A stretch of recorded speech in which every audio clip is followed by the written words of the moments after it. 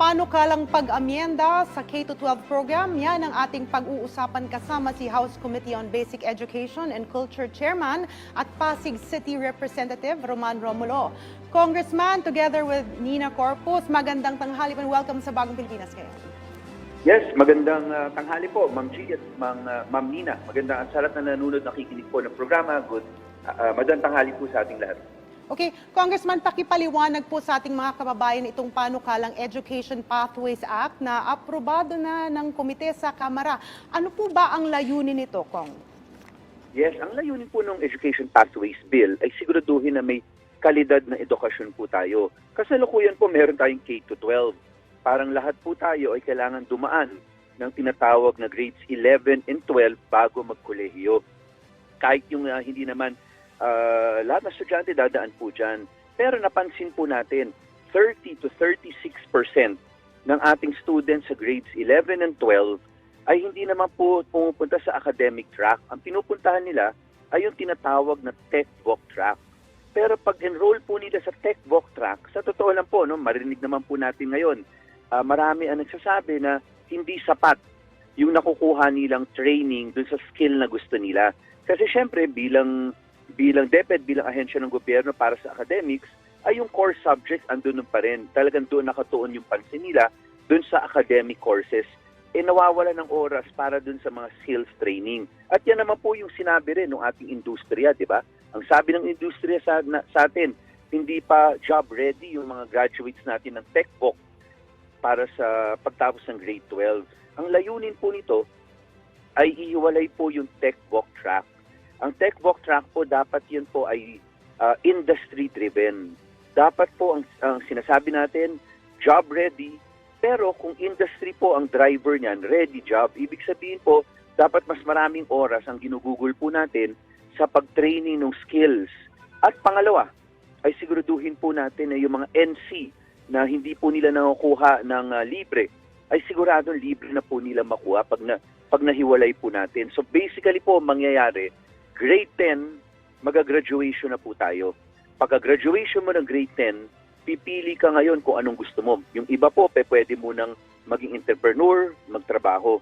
Yung iba po, baka gusto nilang dumiretso ng kuyo. Pwede pa rin 11 and 12, pero yung gusto mag-TechVoc, sa ilalim na po ng TESDA at ng industriya para sigurado natin job ready at may ready na job. Okay, Congressman, paglilinaw lang po. So, ibig sabihin nito, sakaling maipatupad na ang Education Pathways Act, matapos ang grade 10, diretso na po ang estudyante sa TechVoc pathway. Sakaling ito ang path na pipiliin nila. At kapag nais namang magkolehiyo, magtutuloy ito sa grade 11 and 12 bilang paghahanda. Tama po ba? Tama po yan. Yan po ang tamang, yan ang ibig namin sabihin sa Education Pathways. Pero, idadagdag ko lang po, no, katulad ng ibang bansa, tingnan po natin ang ibang bansa na ganito po yung pinatutupad nila. Meron silang TechVoc track, meron silang academic track. Katulad, tingnan po natin yung Finland, tingnan natin ang Japan, tingnan natin ang Korea, tingnan natin ang Germany. Ganyan po sila. Multiple education pathways. Pero sa atin, gusto rin po natin katulad ng pathway nila sa TechVoc, after 2 or 3 years, kailangan rin, meron rin silang pathway kung gusto pa rin nila magkolehiyo. Papayagan po natin, inaayos lang natin yung tamang pathway. Kasi ang importante naman po dyan ay nakuha nila yung skills training, tapos kahit pa paano yung functional literacy, andyan pa rin, para meron pa rin silang avenue papunta po sa tinatawag nating Colegio University. Ang importante lamang ay habang pagtapos ng grade 10 at gusto nilang skills training, tama po ang skills na nakukuha nila, tama po yung mga certificates na makukuha nila para ito po magagamit nila agad para masabi na master skill ako dito sa ibang mga kailangan na skills. Okay, Congressman, tanong mula sa ating kasamahan sa media na si Noel Talakay ng PTV, papaano po makatutulong ang panukalang ito sa mga estudyante na kukuha ng vocational courses at mga kukuha ng college degree? Ganito po yan. Ang hinahabol po natin, nakalagay sa ating saligang batas, dapat may quality of education. Pag ikaw naman po yung sa academic track, tama po yun, sa ilalim ka ng Department of Education, kasi yan po ang primary responsibility ng DepEd. Hindi pa po na talagang academic po ang kanilang tinuturo, academic po ang kanilang in-hone. Pero sa ilalim ng current na batas po natin. Ang totoo niyan, pag skills training ang pinag-uusapan, sino po ang ahensya na in charge niyan? TESDA po. Pero alam natin na ang TESDA, hindi magiging sapat yan kung TESDA lang. Kaya ang nakalagay sa bill, it must be industry-driven. Ibig sabihin, dapat magpulong po talaga ang TESDA sa ating industries. Malaman po nila ano-ano ba yung mga trabaho in the next 5 years, 10 years na kailangan ng ating bansa para lumago po ang ekonomiya natin. At doon po ibabase kung ano mga courses na kailangan at doon rin po ibabase yung competencies para meron tayong NCs at pagka na equivalent na po yan o nahanay na po nila yan sa PQF ay yung mga levels na kailangan. Since industriya naman po, ang sabihin na po natin talagang sila yung eksperto kung ano yung skills na kailangan at TESDA po ang tamang regulator, quality of education will be promoted sa TechVoc. Samantala, yung nandun pa rin sa academic test, DepEd pa rin po yan dahil yan naman po ang primary responsibility nila. Congressman Romulo, alam ko matagal nyo nang isinusulong itong pag-aayos sa K-12 and you mentioned itong industry-driven. Can you give us some examples? Ano po yung mga industries at ano yung mga skills na kailangan po ngayon ng ating mga estudyante? Sige, una-una, mas maganda talaga kung industriya magsabi yan. Pero bibigyan ko po kayo ng isang halimbawa. Dito lang po tayo, kunyari po, pagdating po ng ating after-sales, ng ating mga automotive engines. Di ba po, pag nagbibenta ng sakyan, meron dyan after-sales. Pag after-sales po niyan, sa totoo po, pag kailangan check-up, tingnan kung ano yung challenge, ano yung problema doon sa makina, ano yung kailangan gawin. Sa ngayon po, under current yung situation natin, sa totoo po, engineers pa po ang pinapatingin natin diyan. Pero kung ma-develop po natin yung competencies natin sa automotive engineering technician, pati yung after sales, dapat ang nangunguna diyan at yung in charge diyan ay yung mga graduates po natin ng TechVoc. Kasi unang-una, mas high quality po yung trabaho na ginagawa nila. Pangalawa, since kasama na po sila, it's really kasama na po yan sa automotive engineering, even yung quality of pay, yung pay po nila aangat rin po diyan. Ang gusto po natin talaga high paying quality skills the jobs. Yun yung isang halimbawa po na ngayon tingin ko kayang-kaya na po natin ma-shift Kung sabi lang sa atin ng industriya, ano ba ang competencies na kinakailangan para sa isang after sales na trabaho. Hindi dapat maiwan yan sa engineering, sa engineers lang. Kaya po yan ng automotive engineering technicians natin. Pangalawa po, pag-usapan rin po natin ang healthcare natin. Marami po tayong doktor, nurses, na alam po natin na nag-iibang bansa rin kasi maganda rin po yung mga ino-offer sa kanila doon. Kaya kung ano man ang kailangan po natin dito, mas streamline yung trabaho po sa healthcare natin. Alam po natin pagdating sa ospital o clinics, hindi lang naman po doctors and nurses ang kailangan natin dyan. In fact, kailangan po natin sila doon sa pinag-aralan nila, talagang sa paggamot ng mga sakit.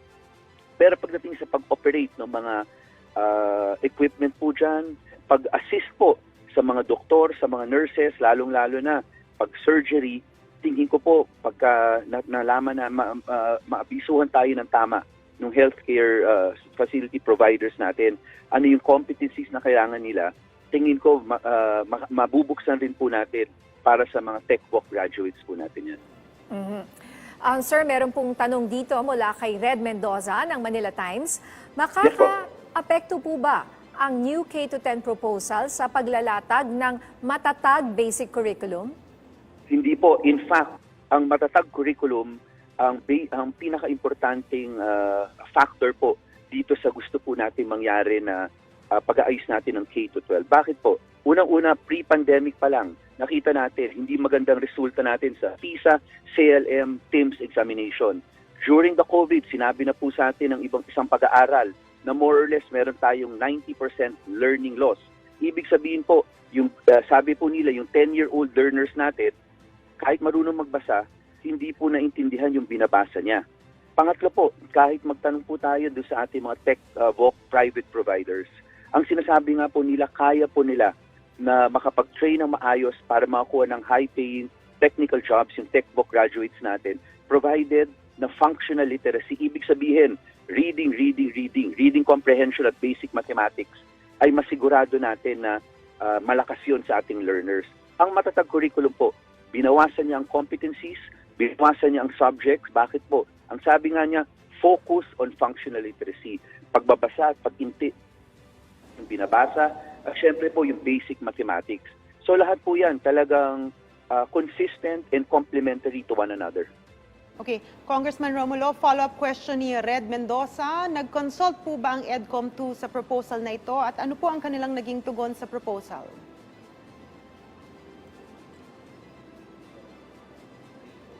Okay. Okay, mukhang nagka-problema si Congressman sa kanyang audio. Well, Ninya, importante talaga tong sinusulong ni Congressman Romulo ngayon, 'di ba? Dahil makakatulong 'to sa ating mga kababayan, lalo na yung mga bata na gustong magtrabaho na right away. Yes, tapos ayaw silang tanggapin dahil wala raw silang college degree. So at least ito, lalong mas-streamline at mabibigyan talaga sila ng skills at magkakaroon ka ng choice. Kumbaga, after kung gusto mo pa rin magkolehiyo at kumuha ng college degree, pwede mo pa rin itong gawin. Correct. And optional siya, no? Optional siya. So, nandyan na ba ulit si Congressman Romulo? Sir? Ayan. Okay. Okay. Congressman? Yes po. Ayan, okay. alright. Nawala po kasi kayo kanina. Pasensya na po, nag-cut yung line. Opo. Opo. Okay. Follow-up question po ni Red Mendoza. I'll repeat it na lang po for you. Na-consult po ba ang EDCOM 2 sa proposal na ito? At ano po ang kanilang naging tugon sa proposal, Congressman?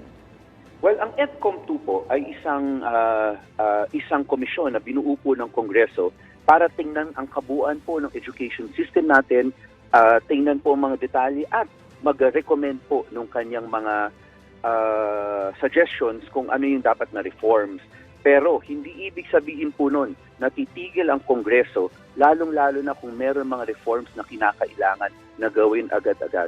Bakit po natin sinasabi na meron mga kailangan agad-agad? Ngayon pa lang, katulad binanggit ko kanina, it's glaring in our face po, no? Yung PISA exam, SEA PLM, TIMSS exam. Yung survey po, yung learning loss. Sabi ng Commission on Human Rights, isang pag-aaral nila, yung graduates po natin, kulang ng soft skills. Sinabi po ng industriya sa iba-ibang survey na hindi job ready. Marami tayong SUC ang ginagawa po nila, bridging programs. Pati yung mga private textbook providers natin, nagbe-bridging program sila kahit ng after K-12. Ibig sabihin ay tinitingnan po nila yung functional literacy. So ang tanong po, knowing all this, hihintayin pa po ba natin hanggang matapos ang lahat ng pag-aaral? Hindi ba pag alam natin kung ano ang problema, alam natin kung ano ang challenge, meron mga solusyon na pwedeng gawin, we should implement immediately. Kung wala po tayong gagawin, as soon as we know there's a problem and meron tayong kasagutan dyan, why will we expect na iiba po yung mga resulta po? Marami po tayong mga estudyante. We have about 27 million students at the moment po enrolled sa ating basic education. Kailangan po natin tulungan po. The education system failed them. Kailangan po natin ayusin po yan para masigurado po natin na maayos po ang makuha nilang kalidad na edukasyon. Okay. Sa mga pipili po ng technical vocational pathway, sino po ang magpo-provide ng programs para dito aside from TESDA po? Yan po. No, we will, pagtulad na nangyari po naman ngayon, meron po dyan mga, gusto po natin industry-based.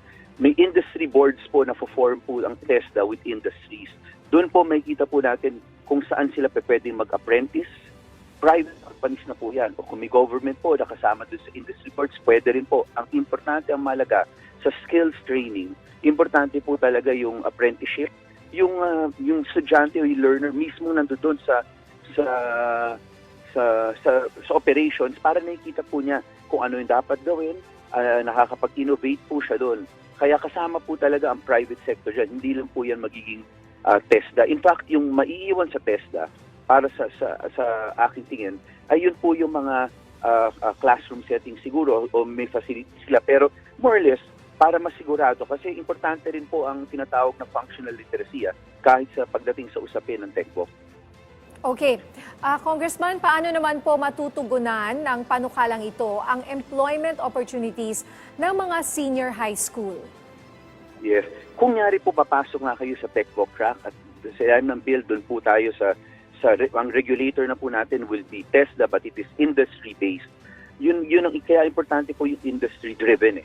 Kasi sila po ang magsasabi kung ano yung mga pangangailangan na skills, ano yung kailangan na ma-master po ng ating mga tech-voc learners. Ibig sabihin po nun, pag sinabi po nila ito yung pangangailangan the next 1 year, 2 years, 5, 10 years, hindi lang po magiging job ready, pero may ready job dahil industry na po mismo ang kakaibat po natin dito sa pag-master po ng mga skills na kinakailangan. Okay, sir, may tanong dito si Noel Talakay ng PTV. Paano po nakakatulong ang K-12 program sa pag-address ng unemployment at underemployment sa bansa? Alam niyo po, yan nga po ang currently po, meron tayong K-12 program. Noong 2012-2013, nung unang sinampion po yan ang proponents ng K-12, ang sinabi nga po nila, after K-12, magiging college ready at job ready ang ating mga graduates ng K-12.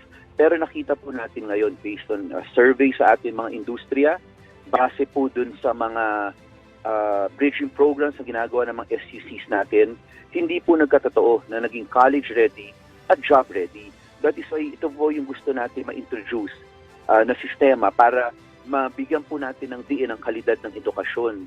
Pagdating na academics, sinasabi rin na po natin sa DepEd, baka panahon na rin po tingnan natin yung different strands na meron sila.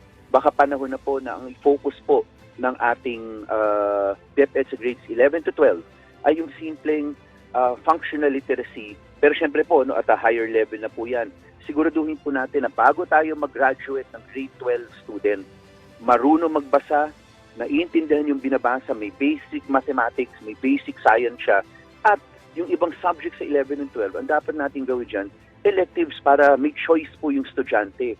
Hindi dapat mandatory, nandito ka sa strand na ito yung kukunin mo. Dapat po, ang importante yung functional literacy, tas may electives. Pagdating ng tech-voc track po, dito naman po, pag nasa ilalim na po yan ng regulator na TESDA, at syempre po, industry-driven na siya, may kita po natin dito na habang nag-apprenticeship sila, talagang may kita po nila yung, may experience sila actually kung ano yung pinapangangailangan nung skills na skills na tinatrain sa kanila. So, hindi lang sila magiging job ready, pero since nandun na sila sa mismong industriya, yun po, ang feeling ko po magiging ready, may ready job na sa kanila. Okay. Bukod po sa mga nabanggit, sir, ano-ano pa po ang mga malaking maitutulong nito sa pagpapabuti ng edukasyon ng ating mga kabataan?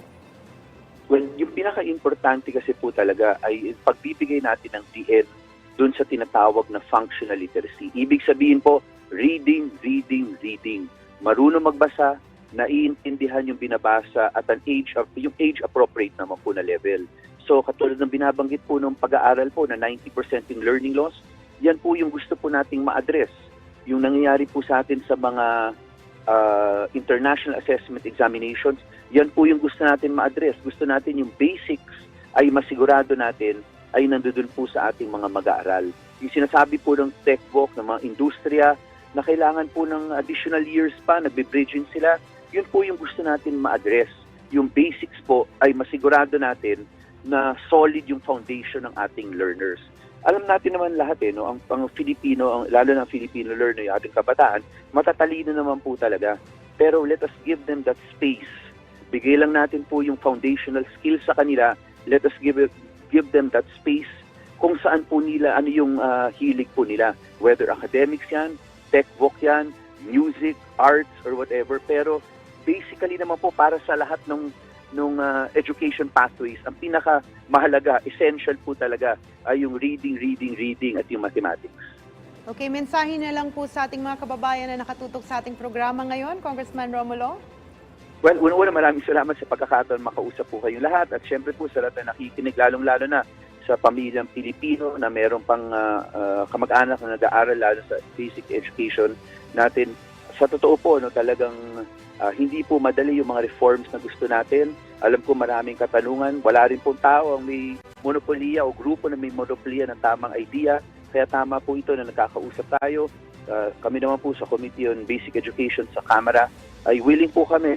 Padala niyo po kami ng komento ninyo in writing o puntahan niyo po kami doon para ma-improve natin. Ang importante po, kalidad ng edukasyon. Importante po ay mabigay natin yung tamang education system sa Filipino youth. Again po, maraming salamat po.